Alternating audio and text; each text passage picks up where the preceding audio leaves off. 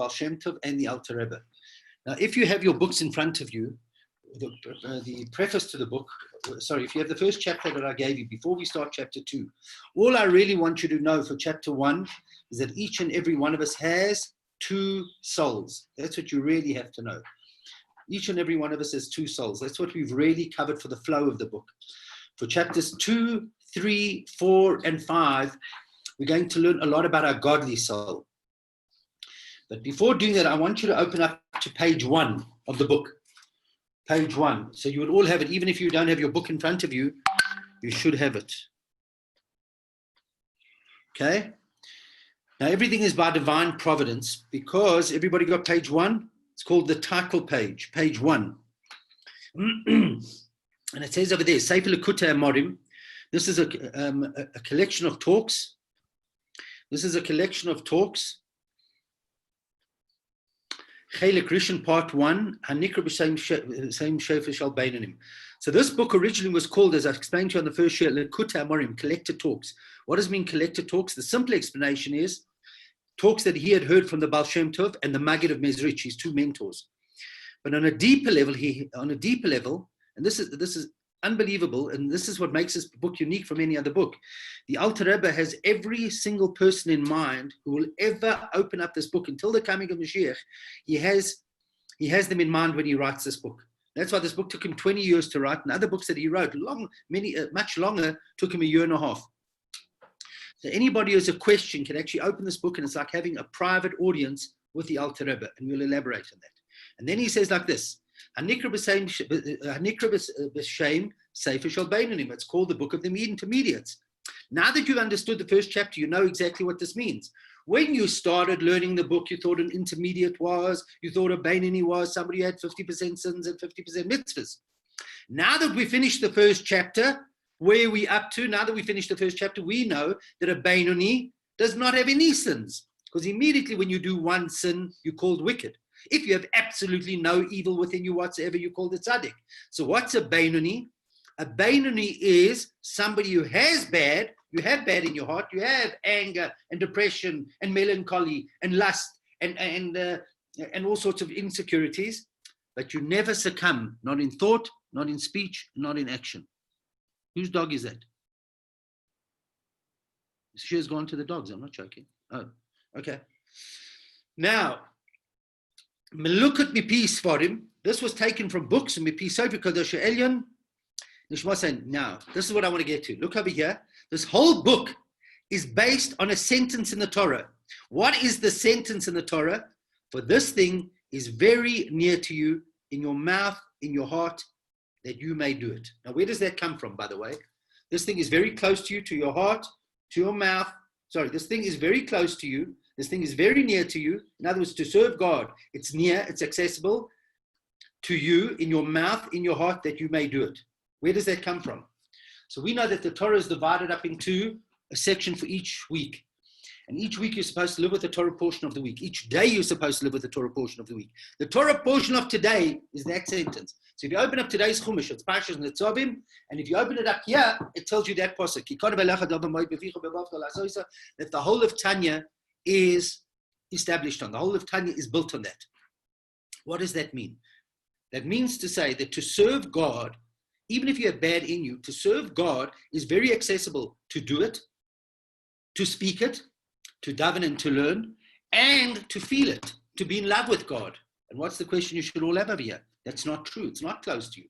I might be, if God tells me I have to daven and I have to learn, okay, I'll push myself to do it. I have to light Shabbos candles, I'll push myself to do it. But I'll do these things. But to tell me that my heart should be on fire, it's not true.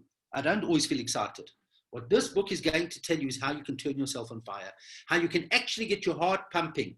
That's exactly what this book is there to tell you, that even though you don't feel inspired, how to become inspired and how to be motivated to do mitzvahs. That's really what the first thesis of this book is all about. Now, before going further, before starting chapter 2, I want to tell you a few stories that people who have come to my shul might have heard, but it's important for the understanding of Tanya. Before I say that, we all know that on Yom Kippur, what draws people to shul more than any other festival? Believe it or not, Kol Nidre. Kol Nidre draws more people to shul, and the second is the first night Pesach. Now the question is, if anybody who knows the Siddur well, knows that Kol Nidra is the most ridiculous prayer. It's like a ridiculous prayer. What is it? All the vows should be annulled. How come that pulls more people to shul than any other experience? So the truth of the matter is, if you understand the process, on Rosh Chodesh Elul, which is 3 weeks ago, we started dating God again. I explained this once before. We started dating God. Spiritually speaking, on Rosh Hashanah is the engagement, where we become so close to God, we become engaged. We like say goodbye to the nonsense of the world. Yom Kippur is our wedding ceremony. So on a simple level, people who don't understand Yom Kippur think that Yom Kippur is a heavy day. It's not a heavy day. Yom Kippur is a day of absolute forgiveness. Yom Kippur is a day where our souls, and we will learn in Tanya, we actually have 5 parts to the soul, our souls enter into heaven and unite with God. That's why you can't eat. That's why you can't drink. So on a physical level, it's quite painful. You can't eat, you can't drink. But the reason why you can't eat or drink is because you're allowing your soul to go up to heaven. You can't be grounded on Yom Kippur. Your soul is entering into heaven. So on a simple level, Kol Nidra means the vows that are made in this world should be annulled. But on a deeper level, on a more personal level, on a spiritual level, what we're praying to God in Yom Kippur, the vows are the nonsense that holds me down in this world. My insecurities, my bad habits, the promises that I make that I don't keep. Please, God, release me of these things. Please release me on this day that my soul can truly unite with God and marry God again and come down with a whole new inspiration. So what we're really building up to is the most exciting part of the Jewish calendar. For those who've heard it, just bear with me, but I want to just share 1 or 2 stories today before we start chapter 2. Let me just start chapter 2. Chapter 2 reads, Lenefesh hashenis b'Yisrael hi chelik elokah mimal mamash. So last week when we learned as follows, that we have a soul that comes from this room on the ground floor. It's mainly dark and it has a little bit of light. Remember we said that everything in this world comes from 1 of 3 places. It either comes from a place where godliness is absolutely revealed. Like if you went outside midday, you captured the sunlight and you brought it into a test tube, it'd be full of light. Then you have this room on the ground floor, which has curtains around it. It's mainly dark, but a little bit of light. And then there are 3 dungeons below here. And I said to you last week that everything comes from 1 of 3 places. Our soul and every kosher thing in this world comes from this room. There's dark and light. It can be elevated like speech. I can either speak positive or I can speak evil. It can go either way. Eating, I can either eat kosher or I can eat wrongly. Action, I can either do good or I can do bad. But then there are things that are just totally bad. Where does our godly soul come from? Our godly soul comes from outside, from a place that's not bound by the limitations of this world. So my animal soul, because it's a product of this world, has all the limitations of this world. This is a world where God is not revealed. So there's hatred and there's jealousy and there's negativity and there's all sorts of, and there's coronavirus. There's also, and there's influenza and there's measles. There's all sorts of sicknesses that you can't see physically, but they're there. That's my soul is a product of this world. The second soul is not a product of this world. The second soul comes from what we would call heaven, where godliness is revealed. That's the second soul. It's truly a part of God. Now we believe that this soul is unique to the Jewish people, by the way. Okay, the second soul that a Jew has is truly a part of God. And that's why, by the way, a non-Jew does not have to die for God. A Jew has to die for God. There are times that a Jew has to give up his life. We say it in Shema. With all your heart, with all nafsho. Sometimes a Jew has to die for God. Now, if you look, and I say this with caution, but just from what I've understood, if you look when a Christian dies for God, they die as a martyr because they're promised a reward in heaven. A kamikaze pilot was promised a reward in heaven. A Muslim martyr is promised what he's promised when he blows himself up. But when a Jew died for God, a Jew doesn't even think about reward. This is what happens to a Jew. A Jew dies for God. Okay. You'll also see another thing, by the way. You'll also see an interesting thing. When a non-Jewish person converts to Judaism, you never really see a non-Jew mocking his old religion. You just don't see it. And I know many converts, you never hear them speak about their old religion. Even somebody who came from a very religious Catholic background, if they convert to Judaism, they convert to Judaism. If a Jew converts to another religion, they become the biggest enemy of the Jewish people. Why?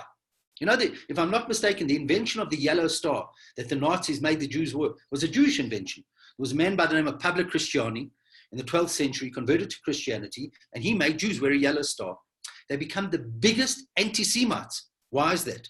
And I really believe it's because it's suppressing their guilt. That a Jew has a tremendous guilt. That guilt is the godly soul. So you've suppressed it, you pushed it down, but it's in you, and you can't run away from it. And as much as you pretend you want to run away from it, you can't. There was a Jewish lady here, I remember, a few years ago. She was brought. She came from Egypt, actually. She married a Christian. She brought up her children Christian.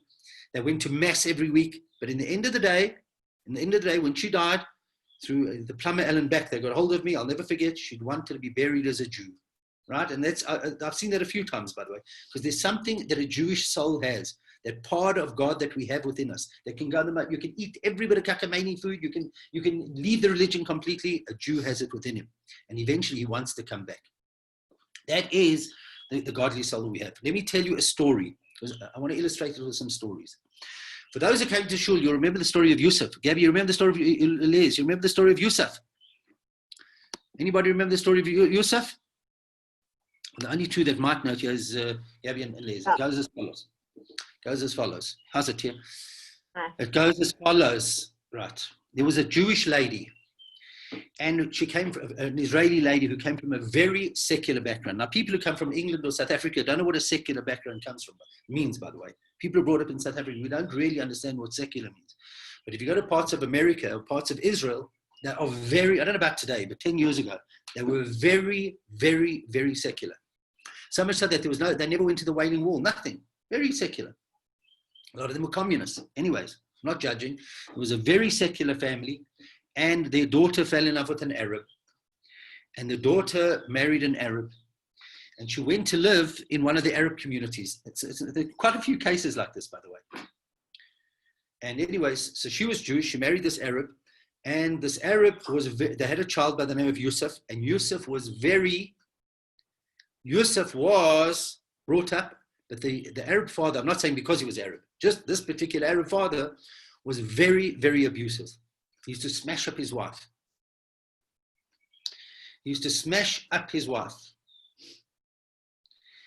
To the degree that Yusuf saw this belligerence every single day of his life. And Yusuf decided, he was a teenager, he had to get out of there. And Yusuf has to get out of the house. He sees his mother crying every day. He sees his mother crying, going nuts. And I don't know how old he is, 17, 18. And he says, Mommy, I've got to get out of here. I just can't tolerate daddy like this. Anyways, he leaves. Before he leaves, she sits down with him. And she says, you're right, I'm in prison here. I'm in prison, you get out of here. And she says, you know what? I must tell you about my background. As you know, I come from a Jewish family. But the truth of the matter is, I had an ancestor who was a very holy rabbi. So although our family is very irreligious, many, many centuries ago, we had a rabbi who was very holy. And she goes and she says, you know what? I even have a photograph of his tombstone. And she goes and she takes this, I always imagine it as a black and white photograph that's crumpled. She uncrumples it and she gives it to him. And he looks at it. It's a tombstone of a rabbi, anyways, of a whole bunch of Hebrew writing. Anyways, Yusuf goes into Israel proper and he's walking around in Israel. And it comes Friday and curiosity wants to see what a shul is. So he walks into a shul. And you must remember, if a person has been to shul, it's quite strange. It's all in Hebrew, particularly in Israel. It's all in Hebrew. And comes Lechun, it's Friday night, and it comes Lechun around and they start singing. And then and then it comes Lecha Dodi, and they sing Lecha Dodi, and then comes the next prayer, and then the Amidah, Yechula Shemaim. And then the rabbi comes after shul, and he says, okay, guys, whoever wants to come to me for dinner, you're welcome to join. A whole bunch of people put up their hands. Yusuf, strange to us all, puts up his hand as well. He's going to the rabbi for supper. He goes to the rabbi for supper and they have a Friday night meal and they're singing all the Zmiris, they're singing all the songs.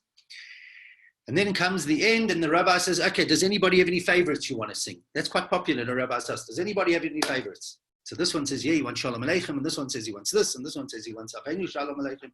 Everybody has a different song. Yusuf puts up his hand, he says, I want the one I heard in shul. I want the one in shul. He can't even remember it, Lecha Dodi. He battles with it, but he likes Lecha Dodi. Now, nobody sings Friday night. Nobody sings at home Lecha Dodi. You never see it being sung.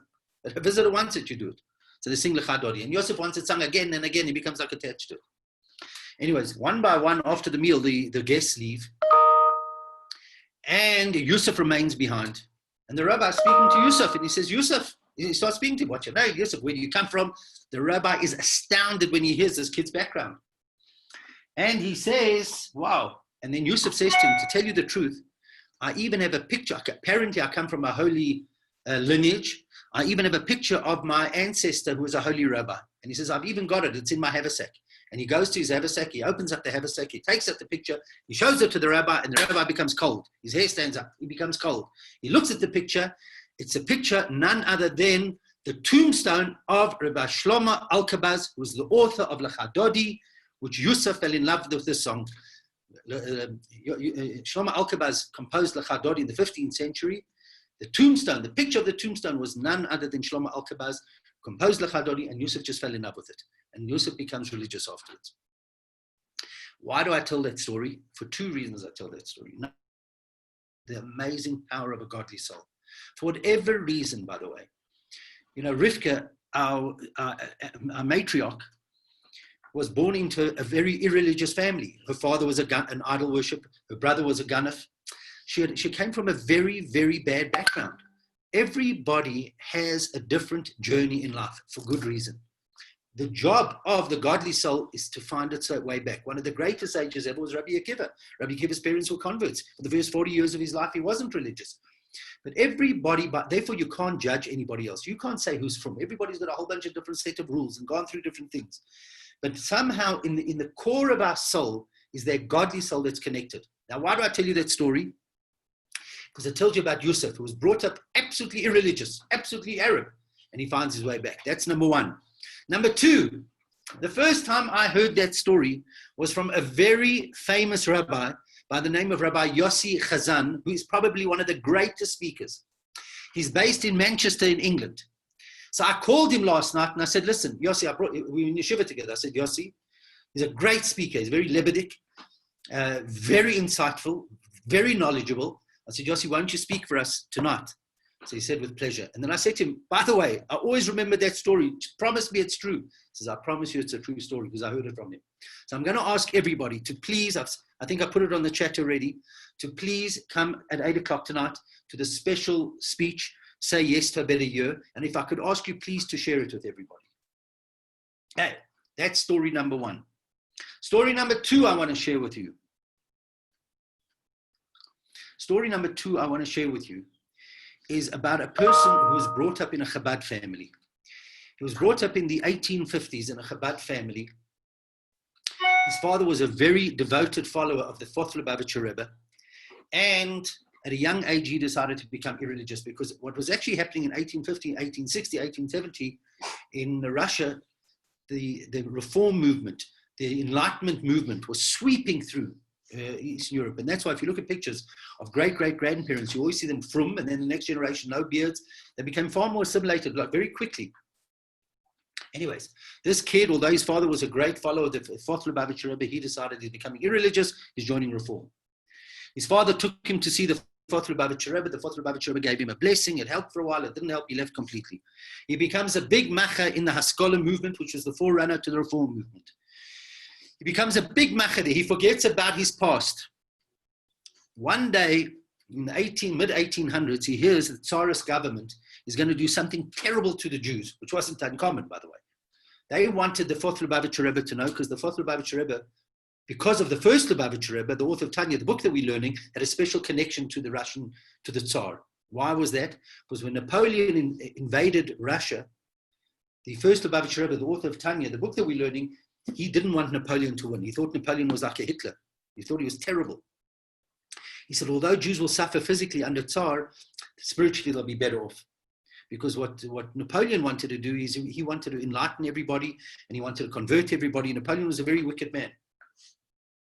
Anyways, so because he helped with the Tsarist government, although the Tsar was naturally anti-Semitic, there was a connection between the Lubavitcher Rebbes and the Tsarist government.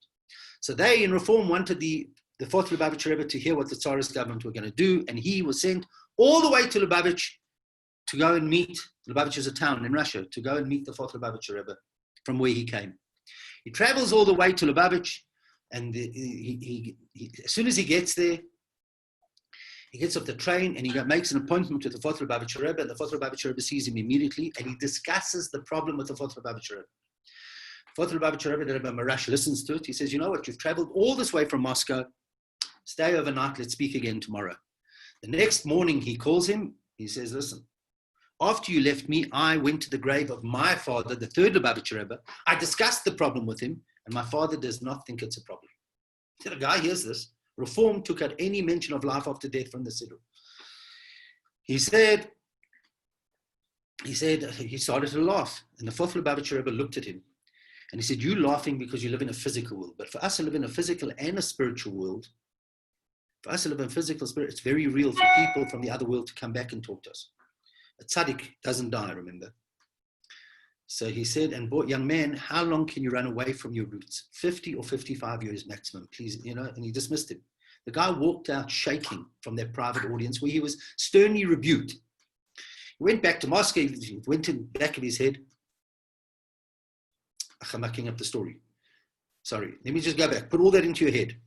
The previous Lubavitcher Rebbe actually writes the story. The previous Lubavitcher Rebbe was a man of 20. He was a man of 20, and he wrote the following story. The previous Lubavitcher Rebbe died in 1950. He said he was walking on a train in Russia, and he was walking through the dining room compartment. And as he walked through the dining room compartment, a person, a middle-aged man, looked up at him and said, "You must be a son or a grandson of the fourth Lubavitcher Rebbe." He said, "I'm a grandson." And he burst out crying. And every time they would get together on the train, he would cry. And eventually he told him the following story. He told him that story I just told you. He said, when I left your grandfather your grandfather told me those words. How long can a young boy run away from his roots? 50 or 55 years maximum. He said, I've been through many things in life. Last night, when I was sitting in the dining room compartment, eating my non-kosher, you walked by. And you look exactly like your grandfather. You have the same face. He said, but it reminded me of what he said. What did he say? Young boy, how long can you run away from your roots? 50 or 55 years maximum. He said, last night is my 55th birthday. And that's when I saw you. And I have to come back. And he comes back. There's another story that the Rebbe tells about the fourth Lubavitcher Rebbe, that one day he traveled to France. He walks into a casino in the Alexandra Hotel. It was a very fancy hotel in the mid-1800s. And he walks there, and the people are drinking non-kosher wine and gambling. And he walks over to a table, and he looks at a young man and says, young man, the non-kosher wine you're drinking will disturb your heart and mind. The man dropped the wine glass, went white, followed the fourth Lubavitcher Rebbe out, met with him privately, and went all the way, and then followed him back to Lubavitch and became frum. The fourth Lubavitcher Rebbe writes that the only reason why he went to France was to find that very holy soul. So why am I telling you these stories? Because when you speak about the godly soul that we have, it's different to everything else in the world. Now, I want you to be a bit abstract now. When the Torah says God created the world with speech, with utterances, or the Torah speaks like God's right hand, do not for 1 minute think, oh, please can I have this, the battery's going to die. Do not for 1 minute think that God has physical form. Not at all. But what does God do? Imagine a Martian from outer space would communicate with all of us on Earth. Now, the Martian looks nothing like us, nothing like this, and says, man, Earthling, we can now communicate. You can see me. You can see me on Mars. I can't see you. Please tell me all about you. Now, the Earth looks nothing like us. So first of all, we start telling us all the names that we have. We have names that we're Earthlings, we're South Africans, we Caucasians, we fathers, we mothers, we sisters, we 100 names to describe ourselves. He says, how many names do you have? Well, we have names depending on what we do. That's what we are. When we're swimming, we're called a swimmer. Aha. Now you can understand why God has different names, by the way, 70 different names, depending on what God does. Then we know that the right hand is kindness. You use your right hand to acts of God, kindness. So when you speak about God's right hand, it's God's kindness. When God created the world, the Torah says, with speech. 10 utterances, let there be. It doesn't mean that God stood on a mountain and said, let there be. We examine what speech means. Now let's examine speech. Speech tells you, speech is my public relations department. Speech tells you what's going on in my mind. Do you agree? What's going on in my mind and my heart, you have absolutely no idea. The only way you can know it is by my body language and what comes out of my mouth. That's number one. Another thing about speech doesn't take up any place. Another thing about speech is you actually don't want my breath, because you want to hear what I'm saying. Or when I'm speaking, it's irrelevant to get my breath to you, because I can speak with a piece of paper in front of me. The main thing is that you should hear what's going on inside of me. That's what we learn from speech. Speech has very little energy, doesn't take up any place, etc., etc. So when the Torah says that God created the world with speech, what it means is like Siri activation. Alexa, please play a Jewish song. It's exactly the same thing. It's voice activation. It must have been hard to get the shit 300 years ago. But today I know that I can create things with speech. Where man's speech falls short, his speech goes out of my mouth into an atmosphere that's not mine. By God, God is everything, so it's all within God. But that's for chapter 21. So one thing we do know about speech is speech has very little energy. Look here, I can say now, I want to buy a car. Those words, I want to buy a car, it's nothing. Compared to the thoughts that I have in my brain, for sure it's nothing, because I think much quicker than I speak. Right?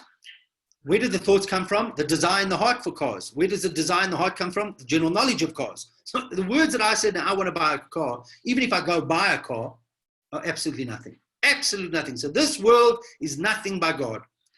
There are pages and pages discussing that. We will get back to it. What I want you to take from that speech is very little energy. Another thing about speech, I can speak here for an hour without getting tired. All right? Now what's different? So the whole world was created from God's speech. External energy. Where does the Jewish soul come from? So now the Torah this chapter in Tanya, chapter 2, is going to tell us we're going to use three descriptions to tell us about our godly soul. Number one, the nefesh hashenis b'Yisrael hi chelek elokam mimal mamash. The second soul that a Jew possesses is truly a part of God. How do we know it? Because when the Torah speaks about the soul of the Jew, we'll explain why the soul of the Jew later. When the Torah speaks about the soul of the Jew, the second soul that the Jew has, not the animal soul, the godly soul, that soul that makes us die for God. The nefesh hashenis b'Yisrael hi chelek elokam mimal mamash k'ma shekosav, as it says in the Torah, vayipach ba'apov nishmas chaim. When it comes to Adam, by the way, vayipach ba'apov, God blew into him, he blew into him the breath of life. What's the vayipach ba'apov nishmas chaim? And we say every morning in our prayers, va'ato nafachta bi, God, you blew it into me. Now, what does that mean, blowing? What does that mean, blowing? So the Zohar, the book of mysticism, will now explain that to us. The book of mysticism, written by Rabbi Shimon Bar Yochai, which is the famous Kabbalah, says as follows. It's on page 50 at the top. As it says in the Zohar, Man de nofach metoiche nofach pirish metoch yusuf pnimius shetoichus pnimius achai shabod meitz benefasach bekoyach. Then what does that mean? When the Torah says that God blew, if I blow 10 times, I'm going to feel faint. So I can speak here the whole day and I won't get tired. I can speak for an hour, I won't get tired. Blow 5 times into a packet, into a paper bag, you'll feel weak. The soul that we have is not external energy like the rest of the world, it's internal energy. And another thing, by speech, you're not interested in the breath. But if you need to resuscitate somebody, you need to give him breath. It's your inner breath going out. So we have the inner breath of God. Our godly soul that we have within us is a part of God within us. That's why, by the way, a Jew has to die for God. Because a Jew is essentially that part of God within us. So although everything comes from God, there's a part of this world where God is invisible, so to speak. By us, the second soul that a Jew possesses, the soul that Yusuf had, the soul that drives a person to come back, even though he's been through his whole life of communism, that is the godly soul, that's the inner breath of God. Now, in the next 3 minutes, so that's one analogy. It's the inner energy that comes up. Another thing, if you look into the Torah, and we do not look at the Torah as poetry, by the way. We learn from every sentence in the Torah. It also says about the Jewish soul, Olu b'machshava, that before God created the world, 2 things existed. One was the Jewish soul, and the second was the Torah. Just think about that. That's number 2. So we went up into God's brain. We went up into God's brain. So what does it mean we went up into God's brain? Another thing it says about the Jew, Bonim atem l'Hashem l'keichem. We are God's children. So tell me what all that means. We went up into God's brain, we inner breath. What does it mean, brain? So now that's going to be the essence of chapter 2. Chapter 2 is about the journey of the soul down here. That ultimately, just like a child comes from the brain of his father, and that seed, which comes from the brain of the father, is transmitted to the mother, and it stays in the mother for 9 months, and from that seed it develops, that even the sinews and the toenails and everything is developed in the mother's stomach, right? So to every single soul comes from the brain of God and comes through a journey until it comes to this world. There are some souls that come directly from God into the person, like Moses. Some of us go through a whole journey of 4 worlds. And we're going to learn in the next few weeks, we're going to learn about the journey of the soul coming down. And then we're going to learn about the 10 powers of the soul in chapter 3, and that corresponds to the 10 plagues. We'll learn that the 10 plagues are really character flaws within yourself. But I'm not going to bore you with that now. We're going to end with that because I'm over time already. So what I want you to take from today is that we all have, we're going to end with this, that we all, I'm going to keep you 2 more minutes, that we all have a godly, hello, Tanya, how are you? We all, see, we're learning your book, Tanya. We all have a godly soul that comes within us. Now, why? Right? That's truly a part of God. Now, what's interesting, what I want you all to take from this, what the Alter Rebbe is going to tell you in Tanya, I don't know if it's true or not, but they say that you hardly use any of your intelligence in this world. Okay? When you speak about soul power that we have within us, you have no idea how much soul power we have. We've got to access it. We've got to download it within us. Sometimes the challenges in life make us download that. So understand the power of the soul that we have within us, and we will elaborate more in the next week. Have a good day, everybody. Please, I will see you all this evening. He is an outstanding speaker. Any questions? By the way, any questions? Any questions? Anything? Excellent. No, good. Thank you, Rabbi. Thank you. Nothing. Thank you. Okay. Cheers. Thanks. Bye. Bye.